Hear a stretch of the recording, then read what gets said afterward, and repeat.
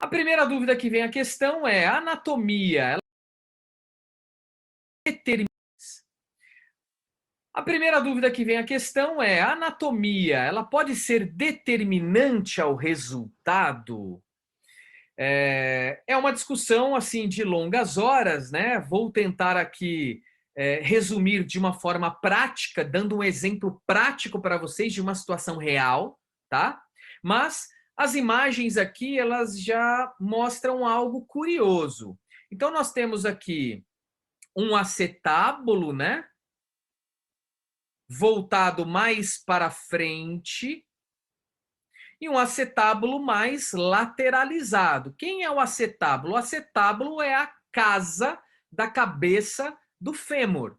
Então, pensando em exercícios como o agachamento, né, que eu estou utilizando a articulação coxofemoral, eu pergunto a vocês: será que um acetábulo, né, como esse que está no lado esquerdo do monitor de vocês, um pouquinho mais anteriorizado, né, será que o fêmur ele não ganha alguns graus de liberdade em comparação a um acetábulo mais lateralizado? Será que a mecânica, né, de pessoas que apresentam diferentes posições do acetábulo, isso poderia interferir no resultado dessas pessoas que apresentam essas diferenças? Para isso, trouxe um exemplo prático para a gente de uma atleta da IFBB, então acompanhando algumas características, né? Vamos fazer um estudo de caso aqui para a gente sair da teoria sobre anatomia ser ou não determinante. Então, 1,62 m, a altura sentada. Isso é importante para a gente poder comparar com o artigo que eu vou mostrar na sequência. 84 centímetros. Comprimento da perna, 78 centímetros. Comprimento do fêmur, 33 centímetros. Altura da tíbia, 45 centímetros. Então, aqui um estudo de caso, né, de uma atleta real, para a gente poder entender se a anatomia ela pode interferir, né, ou comprometer ou potencializar o resultado. Pela visão da ciência, a altura de uma garota sentada equivale ao comprimento do tronco, né? Então, se eu quiser saber o comprimento do tronco de alguém, eu coloco essa pessoa sentada, né? Uso, por exemplo, uma trena, uma fita métrica do vértice da cabeça até a região ali de contato, né, do glúteo com o solo, eu vou ter o comprimento do tronco dessa pessoa, certo? Se eu pego a estatura, tiro da estatura sentada, eu vou ter o comprimento da perna da pessoa. E se eu pegar a medida do comprimento da perna e retirar da altura da tíbia, eu vou ter o comprimento do fêmur. Então, isso que a ciência nos traz. Agora, se eu pensar que variáveis da estatura, né, esses discriminadores, podem ser, na real, os discriminadores do contato dos pés durante o agachamento? Será que essas variáveis da estatura poderiam interferir no agachamento em mulheres? Esse estudo aqui pegou dois grupos de mulheres, um grupo de mulheres que conseguiam manter o contato do calcanhar durante o agachamento, e o G2 aqui, eles chamam de G2, são as mulheres que não conseguem manter o contato do calcanhar durante o agachamento. E aí eles têm as variáveis aqui, né? HT, a estatura, TL, altura do tronco, FL, comprimento do fêmur. Então, as variáveis, né, do grupo 1 aqui, as mulheres que conseguem manter o calcanhar, e aqui o grupo 2, as mulheres que não conseguem manter o calcanhar. Prestem atenção nas medidas da atleta do nosso estudo de caso. Percebam que o comprimento do fêmur dela praticamente o mesmo comprimento, se levarmos em consideração aqui o desvio padrão, do comprimento do fêmur do grupo de mulheres que não conseguiam manter o calcanhar em contato ao solo durante o agachamento. Então, pessoal, a anatomia, ela não vai ser determinante, mas as variáveis de estatura são discriminadores igualmente potentes do contato adequado dos pés durante o agachamento. Claro que existem outros fatores, né, relacionados, como, por exemplo, a mobilidade de tornozelo, né, ou propriamente mobilidade de quadril, ou propriamente um encurtamento. Nós vamos estudar isso aqui um pouquinho mais a fundo, mas o que eu quero contar a vocês é que a anatomia ela pode interferir principalmente na mecânica da mulher durante o agachamento, tá? E a gente viu que o discriminador mais potente para as mulheres, com base no estudo que eu apresentei para vocês, é o comprimento do fêmur. E aí eu pergunto a vocês, né, o que, que faríamos com o comprimento do fêmur, né? A gente cortaria o fêmur pela metade, reduziria aquele comprimento. Então entendam que na nossa prática a gente pode esbarrar com algumas condições que dependem da anatomia do praticante. Então, cabe a nós, né, identificarmos esses limitadores de resultados e sabermos até que ponto a gente pode ajudar a garota que vai treinar conosco, né? E é esse ponto que nós vamos entrar agora, ou algumas variáveis que dependem da característica anatômica de cada um. Então, dentro dessa perspectiva, pessoal, pensando em qualidade de movimento, né, e nos limitadores do resultado, o tornozelo, ele também pode afetar a ativação dos músculos durante o agachamento. Esse trabalho aqui de 2012 nos mostra que com a redução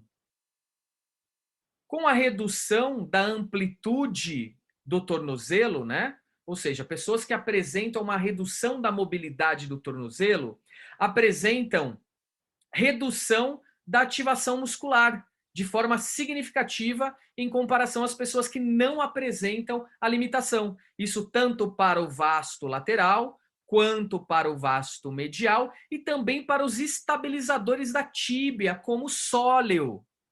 Então, uma coisa prática a gente já precisa pensar.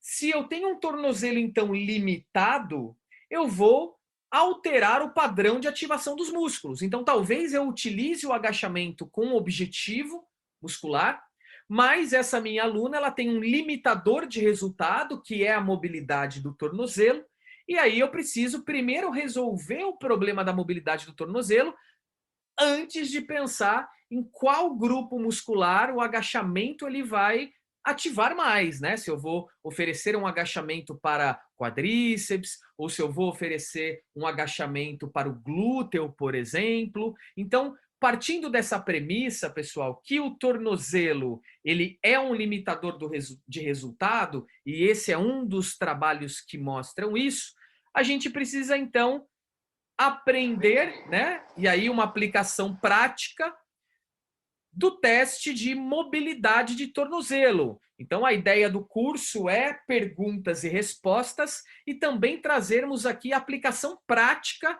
dessa teoria toda que a gente está trazendo para vocês. Então, o teste que eu vou apresentar é o teste de mobilidade de tornozelo, tá? Eu vou passar aqui a forma de aplicação do teste e depois nós vamos assistir um vídeo real, é uma rotina real nossa de trabalho, em que eu aplico com certa periodicidade essa avaliação nas meninas do time. Então eu vou precisar, né, de um equipamento muito caro, né, de muito investimento, que é uma trena ou uma fita métrica. Então já dá para perceber que a avaliação ela é bem prática mesmo e científica. Vou colocar essa fita encostada na parede e eu vou testar a articulação do tornozelo entre 7 a 12 centímetros. Então eu vou pedir, né, para minha garota colocar o hálux, né, o começo ali do dedo, em 7 a 12 centímetros. Isso vai depender do grau de mobilidade de cada menina. Então, se é uma garota que já tem pobre mobilidade, que você está percebendo ali no tornozelo dela, faça o teste em 7 centímetros. Então, peça para ela colocar o pé na marca 7 e tentar tocar a parede com o joelho, sem tirar o calcanhar do chão. Se ela não conseguir alcançar a parede sem o calcanhar, sem tirar o calcanhar do chão, quer dizer que ela tem uma boa mobilidade. Se ela alcançar a parede tirando o calcanhar, quer dizer que ela tem uma restrição dessa mobilidade. Então, vamos acompanhar o vídeo de aplicação. É uma aplicação real, tá, pessoal? É um dia convencional ali de treinamento do time, em que, nos momentos iniciais, eu avalio se elas fizeram, por exemplo, a lição de casa, né? Então, a mobilidade para elas é uma tarefa de casa, uma lição de casa, em que elas sempre precisam retornar para a minha avaliação com melhoras. Então, vamos acompanhar aqui a aplicação do teste de mobilidade. A gente tinha testado no 10, né?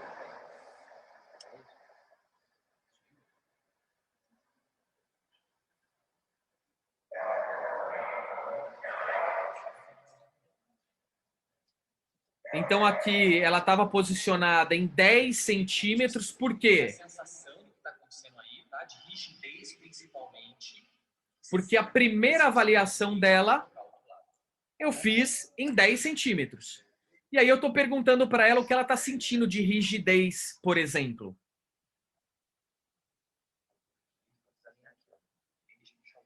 Presta atenção que eu não estou deixando ela desalinhar o quadril.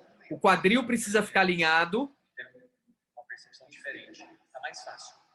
Isso é mais fácil. Está mais fácil. Então, direito, tem que trabalhar com essa mobilidade. Mas melhorou pra caralho a mobilidade, porra.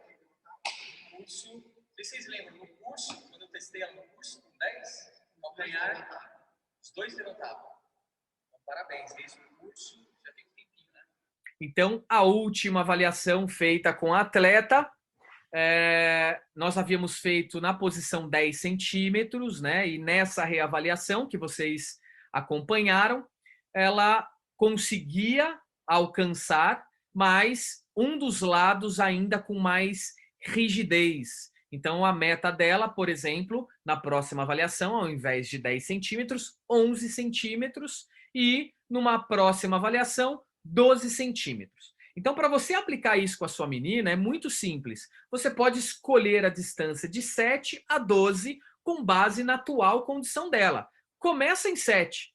Percebeu que ela consegue alcançar o joelho, né, a parede com o joelho sem tirar o calcanhar? Aumente essa distância para 8, para 9. Então, trabalhe dentro da faixa 7 a 12 centímetros, tá? Então, essa é a avaliação da mobilidade do tornozelo, haja visto que uma pobre mobilidade pode interferir no padrão de ativação muscular durante o agachamento e também oferecer riscos, né? Caso esse tornozelo não tenha tanta estabilidade para suportar cargas de treino. Um outro limitador do resultado, o quadril, como eu havia dito anteriormente. Esse estudo aqui, publicado em 2015, avaliou a influência do quadril no agachamento em mulheres. Olha que interessante o teste de Thomas modificado. Já já eu vou mostrar um vídeo de uma aplicação prática real para vocês, tá? Do teste de mobilidade, o teste de Thomas adaptado.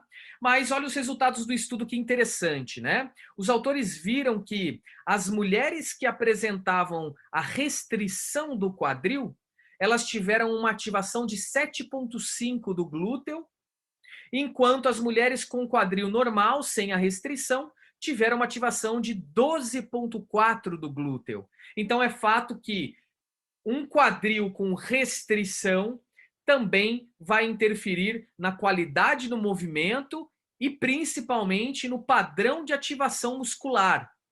Vamos acompanhar então, pessoal, uma aplicação prática aqui do teste.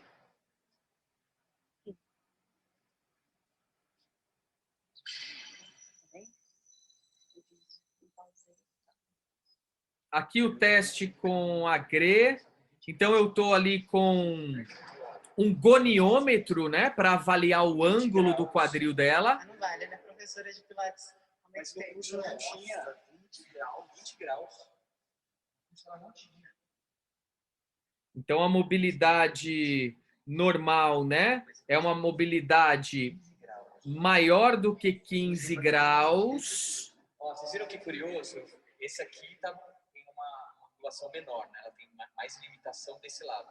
E ela diz que ela percebe isso. Né? Aqui, o desconforto aqui. Então, os flexores do quadril dela do lado direito, ela tem que focar mais no trabalho de casa. Homework. Certo? Agora é a avaliação para passar a lição de casa para vocês. Os que mais desse lado aqui.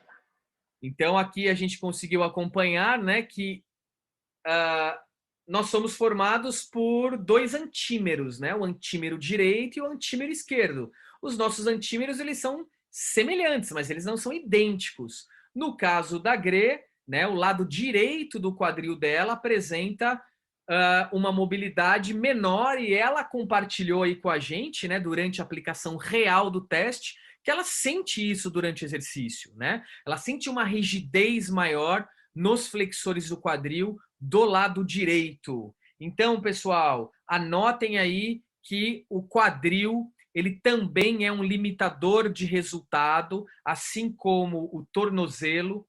E no curso a gente viu dois testes que são muito práticos de serem realizados, que eu uso apenas uma fita métrica, né? E que eu uso apenas um goniômetro que você acha em qualquer loja virtual de avaliação física ou sites de fisioterapia, de equipamentos de fisioterapia, você não terá dificuldades em comprar um equipamento desse, tá? Então anotem aí. Limitadores de resultado, a própria anatomia, como nós discutimos, né? As limitações de tornozelo e agora as limitações de quadril. Por fim, um outro limitador para debatermos aqui é a lombar, né? Muitas mulheres apresentam desconforto na região lombar. Obviamente que a lombalgia ela é multifatorial, né? Não é nem a ideia do nosso curso hoje de perguntas e respostas, né? Conversarmos sobre os fatores da dor lombar, mas é importante avaliarmos como está a resistência da musculatura extensora do tronco, né? Que inclui o quadrado lombar e os paravertebrais. Então, para isso, o teste Beerens-Sorensen tem como objetivo avaliar a força de resistência isométrica da musculatura extensora do tronco. A gente vai posicionar, então, a garota em decúbito ventral sobre uma maca. Existem estudos hoje que fizeram a adaptação, né, da maca para o banco, então a gente pode utilizar o banco de supino, por exemplo, para poder fazer o teste. E o tronco da menina nós vamos deixar livre na altura da crista ilíaca. A gente vai disparar o cronômetro, o tempo em segundos com o tronco suspenso na posição é que vai determinar, né, a condição de resistência dessa musculatura extensora do tronco. Então, para vocês terem uma ideia, né, mulheres, pelos estudos, elas ficam em média 132 segundos, mulheres que são assintomáticas, né? E mulheres que podem ser mais propensas a desenvolver dor lombar são mulheres que ficam menos do que 58 segundos no teste. Então, é um teste muito simples, muito fácil de ser aplicado para a gente identificar mais um fator limitador, né, de resultado.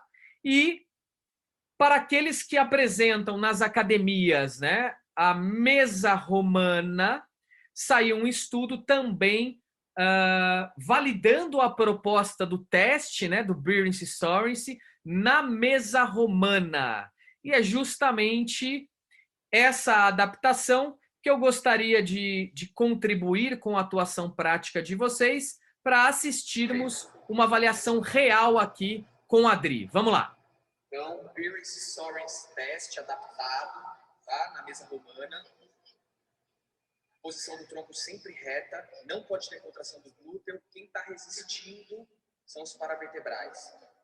Pescoço retinho, alinhada, segurando o movimento, é o máximo que a pessoa consegue fazer.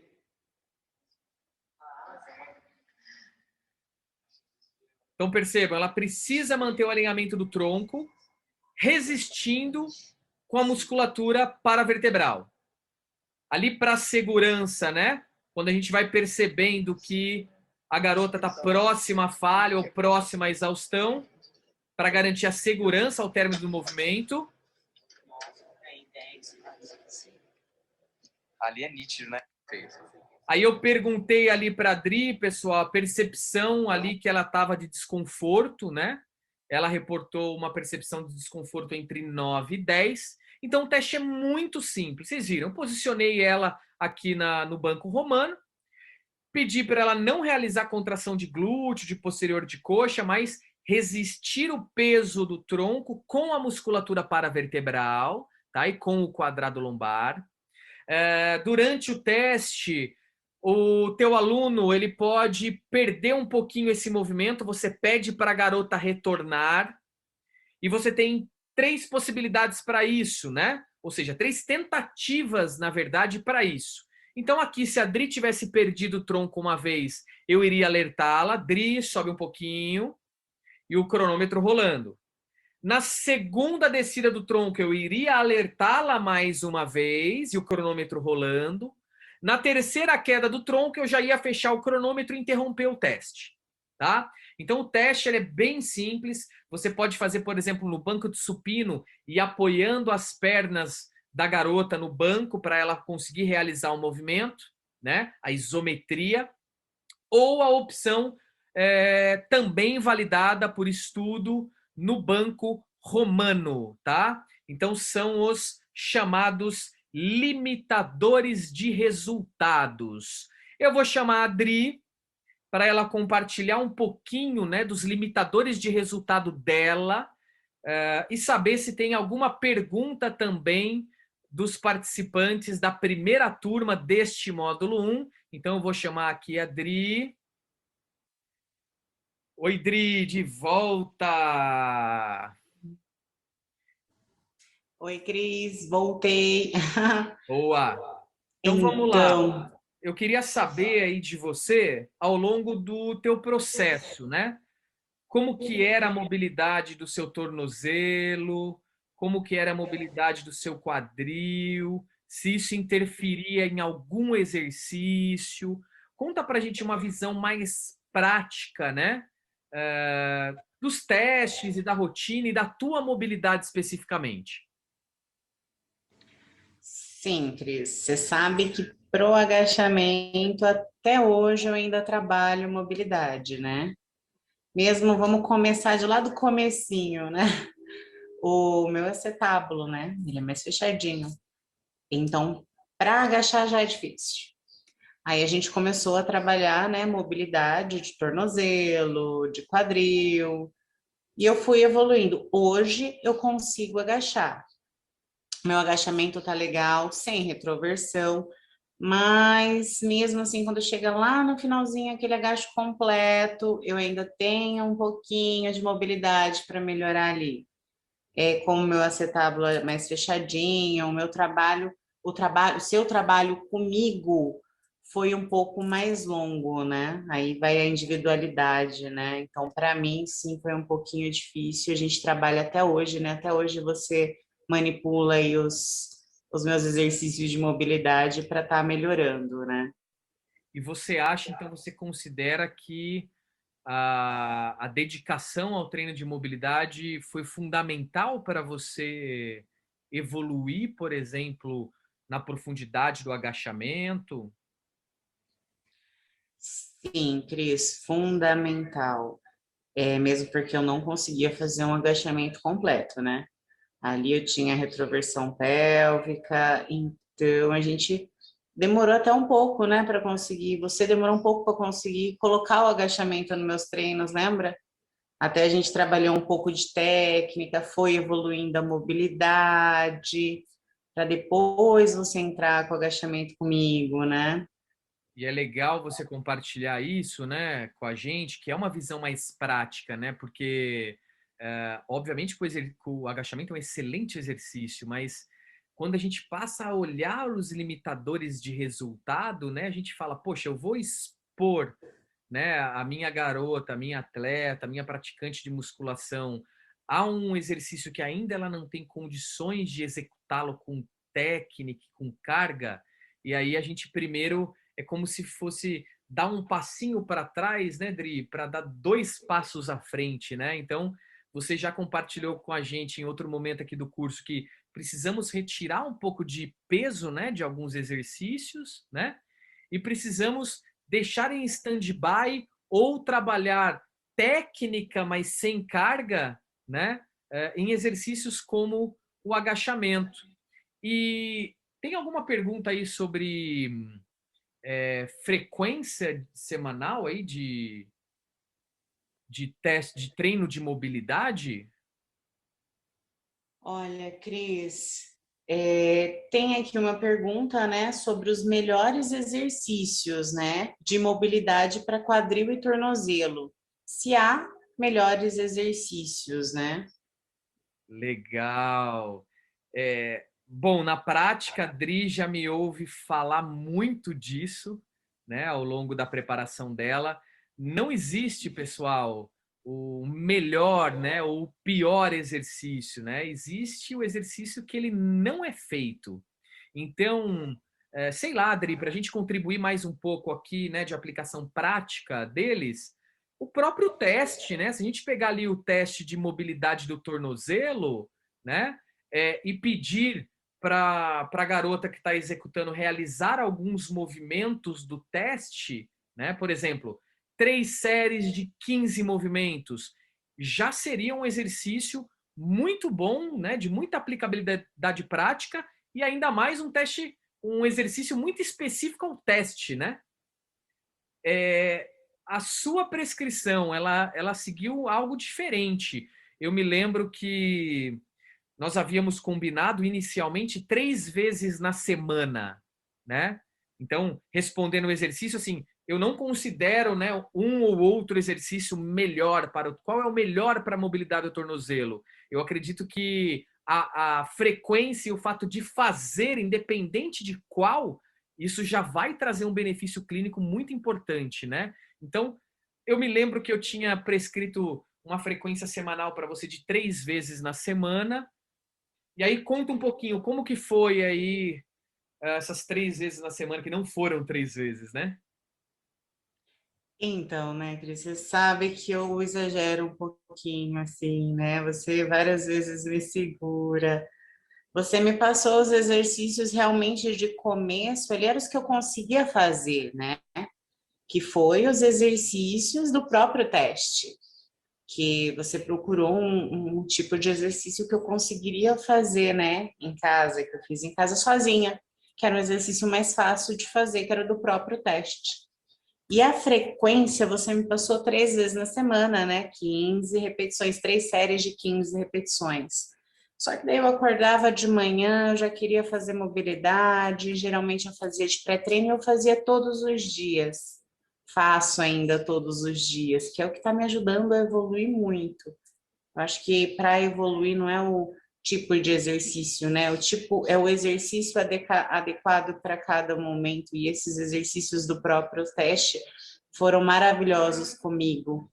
E o que vai evoluir é fazer de no mínimo 3 vezes na semana, né? Que foi o que você me falou para eu fazer, né? E eu que faço um pouquinho mais, né? Eu faço todos os dias, eu gosto. Mas é Os resultados legal, parecem maiores, mais sim, é rápidos. legal você compartilhar nessa sua experiência, porque, na verdade, pessoal, a dose que eu passei, né, de uma frequência de 3 vezes, é porque dentro do processo da construção, né, no fisiculturismo feminino, existem várias competências que eu vou passando aos poucos para as meninas. E ali a Dri já tinha linha de cintura para trabalhar, os horários do treino e os horários do trabalho, gerenciar com a vida de treinadora, né, de personal. Então, obviamente que uma frequência, como ela compartilha com a gente, maior, semanal, traz um resultado que é mais rápido para a mobilidade, né? E a Adri me apresentou, né, com uma mobilidade bem melhor. Eu até me assustei, né? Eu falei, poxa, ou a Adri ela é muito responsiva mesmo, né? Ou ela se dedicou um pouco a mais. Então, na aplicação prática, né, pessoal, a gente consegue entender que, obviamente, ela iria evoluir com uma frequência de 3 vezes na semana, e você pode prescrever isso para sua garota que não tem objetivos esportivos, né? Aqui nós temos a experiência da Dri, que é atleta, e a gente sabe que o atleta ele tem uma autocompetência, uma autodeterminação que muitas vezes falta um pouquinho, né, nas garotas que não têm o objetivo competitivo. Então, certamente, essa autocompetência da Dri, de eu ter prescrito para ela 3 vezes, ela fez 4, 5, fez todos os dias, isso a ajudou, com certeza, a incorporar a rotina, né, da mobilidade no dia dela. Né? Então, acho que isso é fundamental, porque são, sim, limitadores de resultado. Né? A Dri já compartilhou aqui conosco as experiências pessoais que nós tivemos em relação à qualidade do agachamento dela. Né? A Dri também nos trouxe uma pergunta que foi feita na primeira turma, né, sobre o melhor exercício. Então, a gente compartilha aqui da mesma opinião, né, de que não há o melhor exercício, mas existe o exercício adequado para cada um. E a ideia é frequência, pessoal.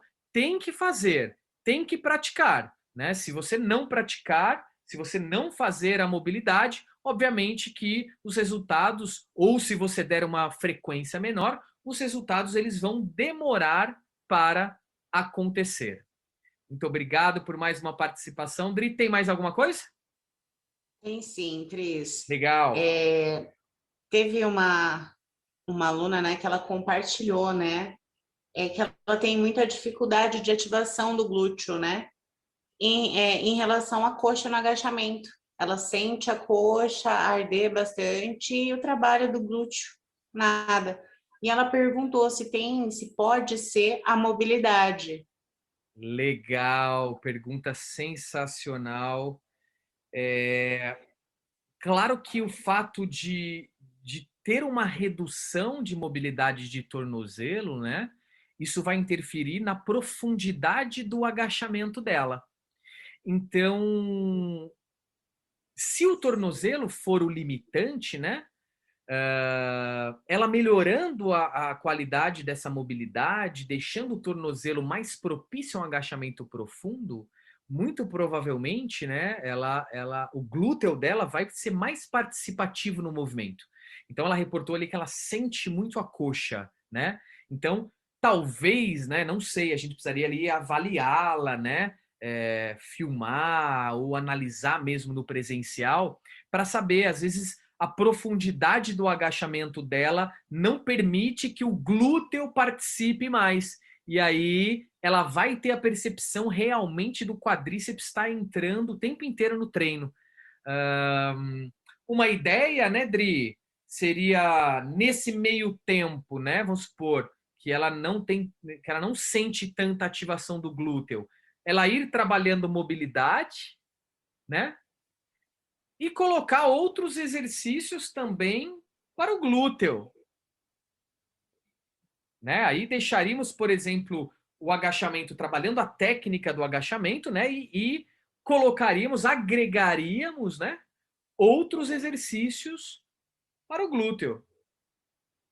Muito legal a pergunta e muito prática também, né? Porque muitas mulheres mencionam isso mesmo. Poxa, o agachamento para mim é totalmente perna, é coxa, eu sinto muito a coxa, eu não sinto nada no glúteo, eu não tenho nada de ativação no glúteo. Então, talvez a pobre mobilidade, né, do tornozelo explique pelo menos um dos fatores, né? E que é o que a gente consegue aqui no curso online explicar. Mas é claro que uma análise mais profunda, né, uma análise do movimento em si, um vídeo e o presencial, né, poderia nos dar outros indicativos ali do porquê que ela não sente tanto, né, ativação do glúteo durante o agachamento. Mas, com certeza, eu iria ali no tornozelo dela, né, para depois pensarmos sobre outras variáveis que possam estar interferindo no resultado dela. Legal, Cris, interessante, né? Porque você usou isso comigo, né?